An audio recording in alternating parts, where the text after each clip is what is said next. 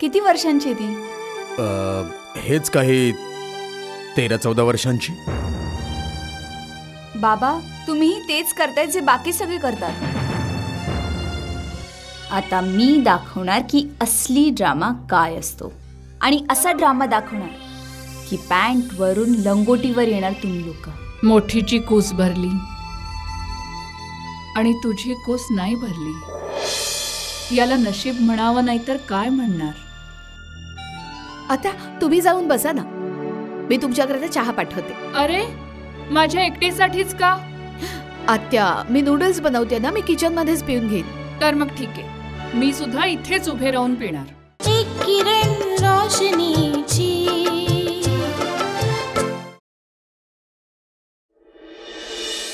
Uncle, ते मी human trafficking बद्दल तुमच्याशी. अरे रोशनी, ह्युमन ट्रॅफिकिंगच्या बद्दल आपण बोलणारच आहोत. त्या अगोदर तू खाऊन घे. अंकल, मी जेव्हापासून त्या बिचाऱ्या मुलांना पाहिलंय, मी खूप अस्वस्थ झाले. मी तुझी काळजी समजू शकतो रोशनी, काळजी मला देखील आहे. पण तू आता त्यांची काळजी नको करूस. आता त्या सर्व मुलांची जबाबदारी आजपासून माझी. कदाचित मी खूपच लवकर आली आहे किंवा मला खूपच उशीर झालाय. जेवणाचा डब्बा. निशा, तू तुझा लंच आज तुझ्या केबिनमध्ये करशील का? त्याचं काय की मला रोशनीसोबत जरा महत्वाचं बोलायचं आहे.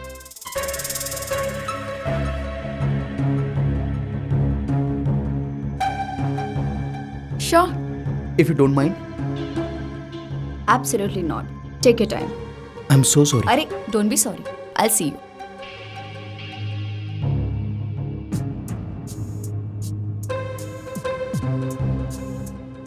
बोल रोशनी, आता सविस्तरपणे सांग की भानगड काय आणि काय काम सुरू आहे आणि प्रॉब्लेम्स काय काय.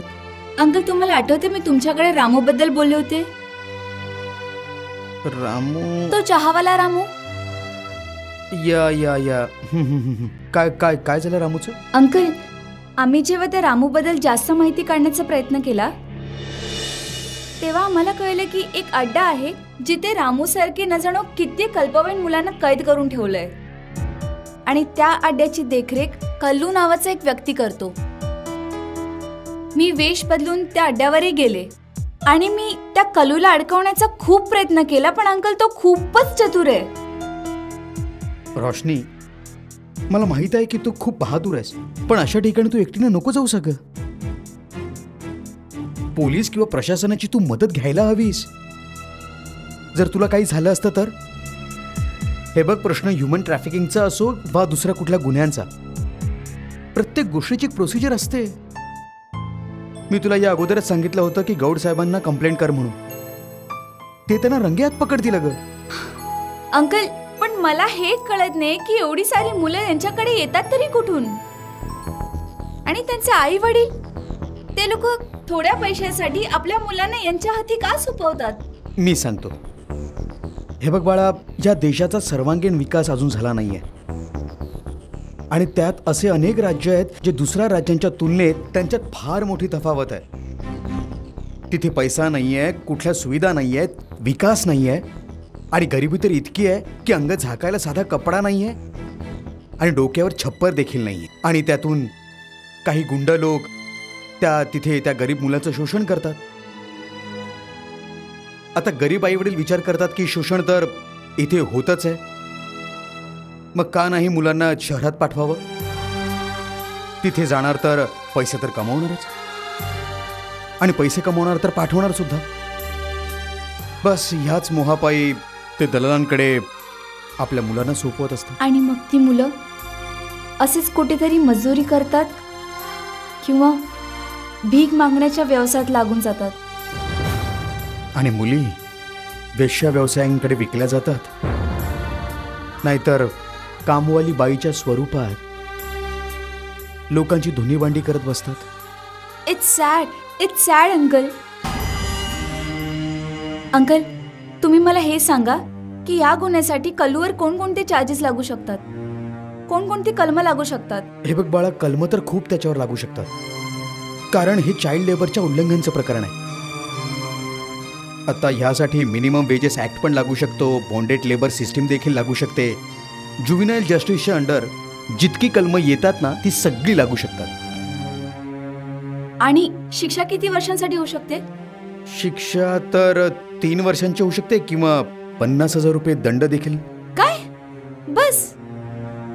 अंकल, तुम्हाला असं नाही वाटत की इतक्या मोठ्या गुन्ह्यासाठी ही शिक्षा खूपच कमी आहे? शिक्षा नक्कीच कमी आहे, परंतु let's hope for the best.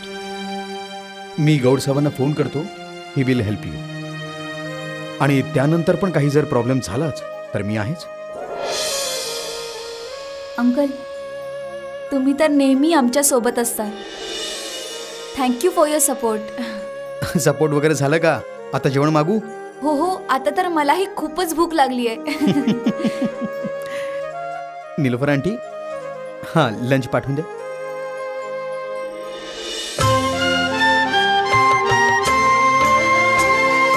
एक किरण रोशनीची, एक किरण रोशनीची, आस ही जीवनाची, आस ही जीवनाची, एक किरण रोशनीची, आस ही जीवनाची, एक किरण रोशनीची, स्वप्न हृदयी मनाची, या जगात प्रत्येकाची, स्वप्न हृदयी मनाची, या जगात प्रत्येकाची. May I come in sir? Yes. नमस्कार सर. नमस्कार. सर, मी रोशनी. अच्छा, तुम्ही रोशनी आहात. नवनीजी तुमची खूपच प्रशंसा करत होते.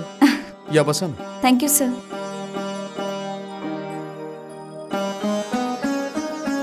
सर, ही माझी बहीण आहे दृष्टी. नमस्कार. नमस्कार. बोला, मी तुमची कशी काय मदत करू शकतो? सर, मी उडान नावाची एक NGO चालवते. आमच्या ऑफिसच्या समोर एक चहावाला आहे आणि त्याने त्याच्याकडे एका अल्पवयीन मुलाला कामावरही ठेवलंय. सर, तो त्याचं सर्व प्रकारे शोषण करतो. जेव्हा मी त्या मुलाशी बोलले तेव्हा कळले की त्याच्या आई वडिलांनी त्या कवडीमोल रुपयांसाठी त्याला विकलं. सर, यापुढे जाऊन जेव्हा आम्ही या घटनेची चौकशी केली तेव्हा आम्हाला असं कळलं की कल्लू नावाचा एक व्यक्ती आहे ज्याने माहीत नाही अशा कित्येक मुलांना कैद करून स्वतःजवळ ठेवलंय. तो त्यांना फक्त भीक नाही मागायला लावत, तर त्यांच्याकडून अशा ठिकाणी कामं करून घेतो ज्या युनिटमध्ये काम करणं बेकायदेशीर आहे. सर, आम्हाला वाटतं की तुम्ही लवकरात लवकर त्या लोकांना पकडा आणि त्या मुलांची मदत करा. या अगोदर आपण काही चौकशी करू. तुम्ही मला एक सांगा की चहावाल्याकडे जो काम करणारा मुलगा आहे त्याचं वय किती असेल? सर, मला एक्झॅक्ट एज तर माहीत नाही. 14 वर्षापेक्षा जास्त आहे की कमी? डेफिनेटली 14 वर्षांपेक्षा कमी. मी यासाठी विचारलं की 9 एप्रिल 2013 रोजी पंजाब आणि हरियाणा हायकोर्टच्या निर्णयानुसार आता तुम्ही 14 ते 18 वर्षाच्या कोणत्याही मुलाला कोणत्याही युनिटमध्ये कामाला ठेवता येणार नाही. मग ते हॅझर्डस असो किंवा नॉन हॅझर्डस. दुसरा मुद्दा, ज्या मुलांचा तुम्ही उल्लेख करत आहात त्यांना तुम्ही प्रत्यक्ष डोळ्यांनी पाहिलं आहात की कोणी त्या मुलांची तुम्हाला इन्फॉर्मेशन दिलेली आहे? नाही सर, मी स्वतः त्यांना बघितलंय. मी तिथे वेश बदलून गेली होती. अरे वा, तुम्ही तर खूप बहादूर आहात. तुम्हाला तर CID मध्ये असायला हवं होतं. जोक सपाट, हे लोक जी ह्युमन ट्रॅफिकिंगच्या ल्युक्रेटिव्ह बिझनेसमध्ये सहभागी असतात ना, त्यांची ओळख, त्यांच्या लिंक्स खूप वरपर्यंत असते. यामध्ये खूप सारे डिपार्टमेंट्स पण सामील असतात, कारण त्यांच्या सहकार्याशिवाय तर काही कामं होत नाही. आम्ही ह्या लोकांना पकडू तर शकतो, पण या लोकांच्या मोठ्या ओळखींमुळे ही लोक सुटतात. तरीच मी म्हटलं अशा गुन्ह्यांचा कन्व्हिक्शन रेट इतका कमी कसा. सर मी एक आर्टिकल वाचलं होतं, त्यात लिहिलं होतं की छत्तीसगडमध्ये अशा गुन्ह्यांचा कन्व्हिक्शन रेट फक्त 3% आहे. बघा, याचं कारण देखील एकच आहे. आम्ही त्यांना पकडतो, पोलीस चार्जशीटमध्ये नोंद करून त्यांना अरेस्ट देखील करतात. पण जेव्हा कोर्टासमोर गुन्हा मान्य करण्याची वेळ येते तेव्हा हे संपूर्णपणे पलटून जातात. कारण जास्त करून केसेसमध्ये यांचेच नातेवाईक इन्व्हॉल्व असतात. दुसरं, आपल्याकडे प्रॉसिक्युशन आणि इन्व्हेस्टिगेशन संगतीने काम नाही करत. त्यांच्या समतोलाचा खूप अभाव. त्यामुळेच हे गुन्हेगार सुटून जातात. पण सर, मला जितकं माहिती आहे, कठोर कायदे पण नाही आहेत आपल्याकडे. हे बघा, आपल्याकडे लॉज तर आहेत, पण त्याचं इम्प्लिमेंटेशन नाही आहे. मग सर ही केस आपण कशी लढणार?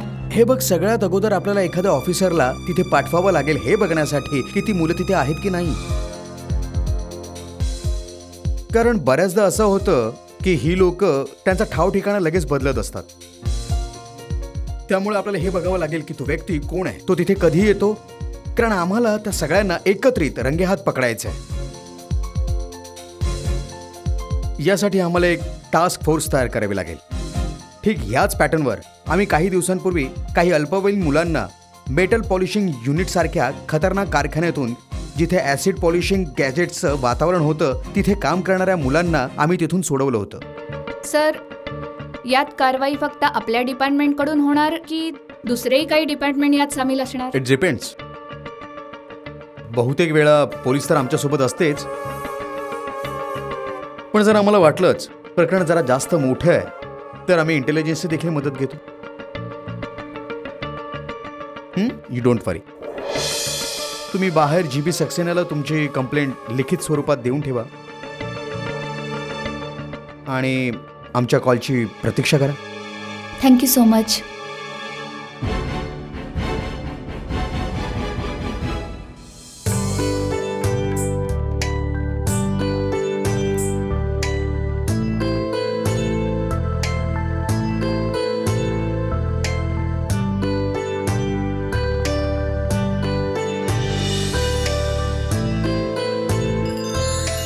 लता, काल एक साडी बघितली होती मी दुकानात. साडी माझ्यासाठी आणली का नाही? म्हटलं तुला विचारून घ्यावी. घ्या. हे काय विचारायची गोष्ट आहे?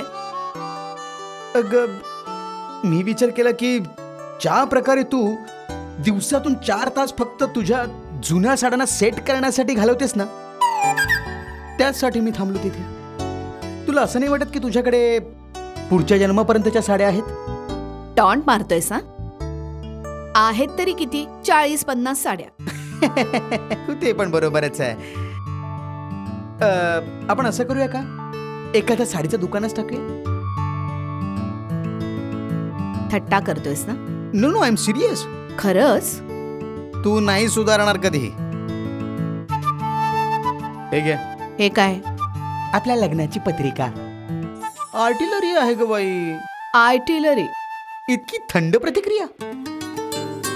मॅडम, किती मेहनतीने ह्या गोव्याला जाण्याचा प्लॅन बनवलाय आणि तू बघ, तुला तर काही वाटतच नाहीये. काय असं केलंस तू मला गोव्याला घेऊन जातोयस, स्वित्झर्लंडला नाही.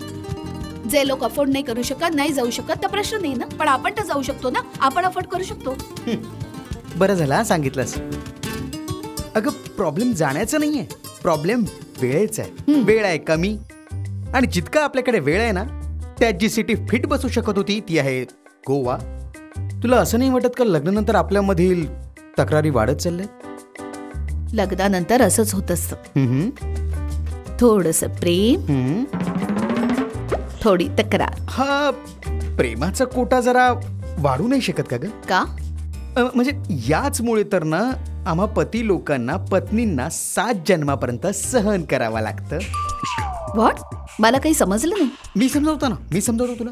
हे बघ, ईश्वराने प्रत्येक जन्मात प्रत्येक गोष्टीचा कोटा फिक्स करून ठेवलाय. श्वासांचा कोटा फिक्स, हसण्याचा कोटा फिक्स, अशा प्रकारे प्रेमाचा कोटा देखील फिक्स. आता विदेशातच बघ ना, पती पत्नी दिवस रात्र उठता बसता चालता फिरता प्रेम करत असतात. म्हणजे म्हणजे असं की प्रेमाचा कोटा संपून जातो. इथे कोटा संपत नाही की पहिली वाली बाहेर आणि दुसरी वाली आत येते. आणि भारतीय पती पत्नीच बघून घे, रात्री प्रेम करतील आणि सकाळी एकमेकांची डोके फोडतील. म्हणूनच त्यांचा प्रेमाचा कोटा पूर्णच होत नाही. म्हणूनच आपल्याकडे 7 जन्मांची परंपरा आहे. अच्छा मिस्टर, तुला तुझ्या प्रेमाचा कोटा पूर्ण करण्यासाठी कोणा दुसऱ्या बाईला घेऊन जायचंय. आता कसा घेऊन जाऊ शकतो? आता कोटा पूर्ण थोडीच झालाय. होणार सुद्धा नाही. मी नाही येणार तुझ्यासोबत गोव्या बियाला. जा, घेऊन जा तुझ्या कोटावालीला. थट्टा करत होतो ग मी. तू असताना मी दुसऱ्या बाईचा विचार तरी करू शकतो का? येशील ना गोव्याला? हो, थोडी ना तुला कोट्यावाली सोबत जाऊन देणार आहे.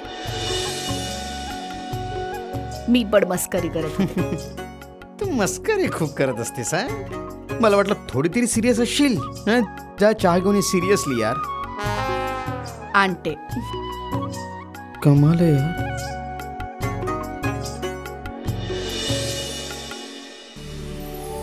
सुनबाई,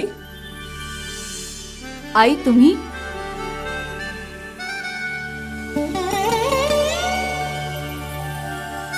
सुनबाई काय करत होतीस? काही नाही आई, असंच काहीतरी बनवत होते. अरे वा, आई बाईलात किती सुंदर मोजा बनवलाय माझ्या सुनबाईने. हो, आता फक्त छानसा नातू द्यावा तर खरं बरं वाटेल. का नाही आई, नक्कीच होणार. आणि मुलगाच होणार. होणार, नक्की होणार. आणि यावर उपाय मी केला आहे. उपाय? हे चूर्ण बघतीयस, हे काही साधं सुद्धा चूर्ण नाहीये. हे बाबांनी सिद्ध करून चूर्ण दिलेलं आहे. मंत्रोपचार केलेले आहेत यावर आणि शुद्ध जडीबुटींनी बनवलेले आहे. तू तर समज हे अमृत आहे, अमृत. उद्या तुझी सोनोग्राफी आहे. 4 महिने पूर्ण होणार आहेत. उद्या आपल्याला कळणार आहे की तुझ्या पोटात काय आहे. म्हणूनच मी विचार केला, कुणा दुसऱ्यावर का अवलंबून राहावं, उद्याची वाट का बघावी. कारण उद्याचं सर्व आजवरच अवलंबून आहे. म्हणूनच मी आजच हे काम करून टाकलं. मला काही समजलं नाही. अगं सुनबाई, तू तर फारच वेंदळी आहेस. मी तुला समजावते. जी गर्भवती स्त्री सकाळी सकाळी काही न खाता पाण्यासोबत हे चूर्ण घेईल ना, तर त्या स्त्रीला नक्की मुलगाच होणार. हो बाळा, हे बघ, तू सकाळी उठल्यावर हे नक्कीच खाऊन घे. हं? पण आई ते पण बिण काहीही नाही. उमा, मला हिच्यावर अजिबात विश्वास नाहीये. म्हणून सकाळी मी हिला स्वतःच्या हातांनी हे पाजणार आहे. लक्षात ठेव, गजर लावून झोप आणि मला उठवायला ये. चल उमा.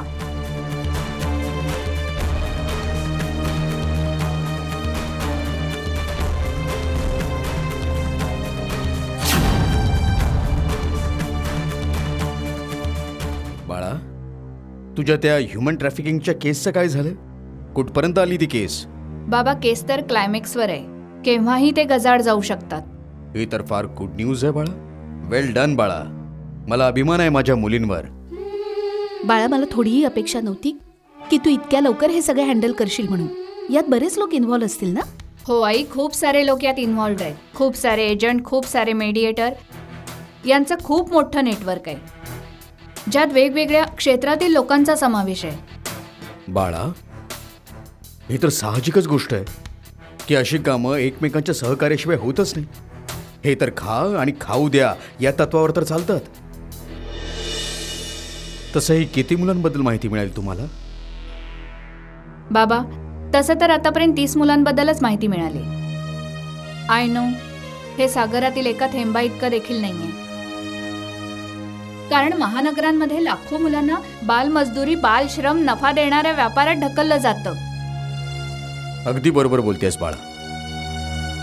मी पेपरमध्ये वाचलेलं फक्त दिल्लीमध्ये अशी 10 लाख मुलं आहेत. I know. 10 लाख? अरे देवा, लाज कशी नाही वाटत या लोकांना? लहान मुलांचं बालपण हिरावून घ्यायला, त्यांच्या शिक्षणाचा अधिकार जे हिरावून घेतात. अगं, शिक्षण तर खूप लांबची गोष्ट झाली शारदा. त्यांच्यात जगण्याचाच हक्क हिरावून घेतात ही लोक. जनावरासारखं जीवन जगवतात. त्यांना कळतच नाही की आजकालच्या लोकांना झालंय तरी काय. कमीत कमी त्या लहान मुलांवर तरी दया करणारे. बाबा, जे अशी कामं करतात त्यांच्याकडे हृदय नसतं. मी आत्तापर्यंत बघितलंय की अशा लोकांचा आत्मा आणि विवेक दोन्हीही मेलेले आहेत. म्हणूनच अशी नीच कृत्य करतात. बाळा, रोशनीची आता पूर्ण जबाबदारी तुझ्यावरच आहे. तिला जास्त स्ट्रेस येऊ देऊ नकोस. नेहमी तिच्या सोबतच राहा. आणि जेव्हा सुद्धा पोलिसांची गरज असेल ना, तेव्हा त्यांची मदत नक्कीच घ्या. कायद्याला कधीच हातात घेण्याचा प्रयत्न करू नका तुम्ही. बाबा, तुम्ही अजिबात काळजी करू नका. मी कायम रोशनीच्या बरोबर असेल. आणि तसंही रोशनी खूप समजूतदार आहे. आणि आम्ही असं कुठलंही काम करणार नाही जे आम्हाला नाही केलं पाहिजे.